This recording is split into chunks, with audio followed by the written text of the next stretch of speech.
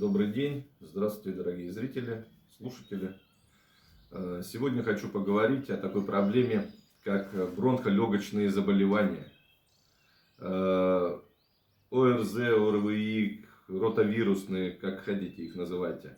Но более меня встревожило, я просто посмотрел и послушал, я проехался сейчас в Москву, я был в Твери, кашляют люди. Во-первых, не только простудный кашель, но и экологический кашель, который зависит от выхлопных газов, трубы, котельные, производства и так далее.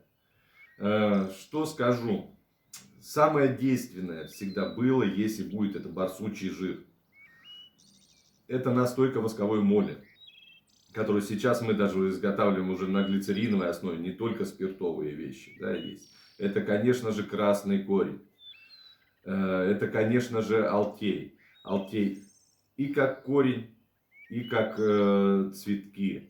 То есть малым детям, конечно же, лучше цветы алтея применять. Это грудной сбор. Ну, опять же, я говорю про наше производство, как то, что мы делаем руками. Сами собираем, сами складываем. Да? Это, конечно же, солодка. Это, конечно, кедровая пыльца. Те, кто не может барсучий жир применять, конечно, у нас для этого есть медвежий жир.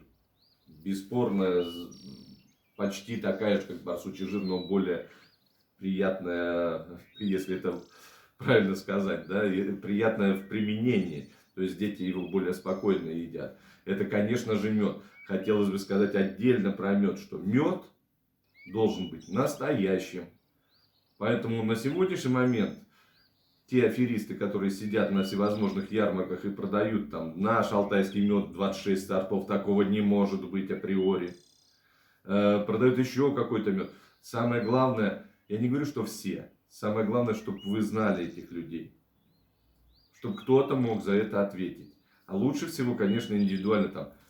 Я есть такой у своих знакомых, да. Есть еще ряд людей, которые действительно занимаются этим делом. Дорожат этим делом и не кормят пчелу ничем плохим, а конкретно следят за ними в содружестве. Они нам дают свое, мы им даем свое, помогаем друг другу. Поэтому про кашель, про постоянный сразу скажу. Самое простое, это, конечно, алтей. Алтей имеет мукалтические свойства. Таблетки мукалтин, если помните, они делаются с корня алтея. И легко справляются с этой проблемой.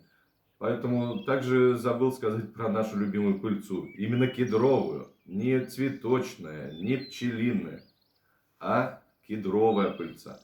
И не сосновая также. Сосновая может вызвать аллергию. Кедровая пыльца, наоборот, лечит даже аллергические проявления. Поэтому, как бы я сказал, все. Обращайтесь. Мы можем индивидуально это все рассмотреть для каждого, подобрать свое. Вам здоровья, всего хорошего. До свидания.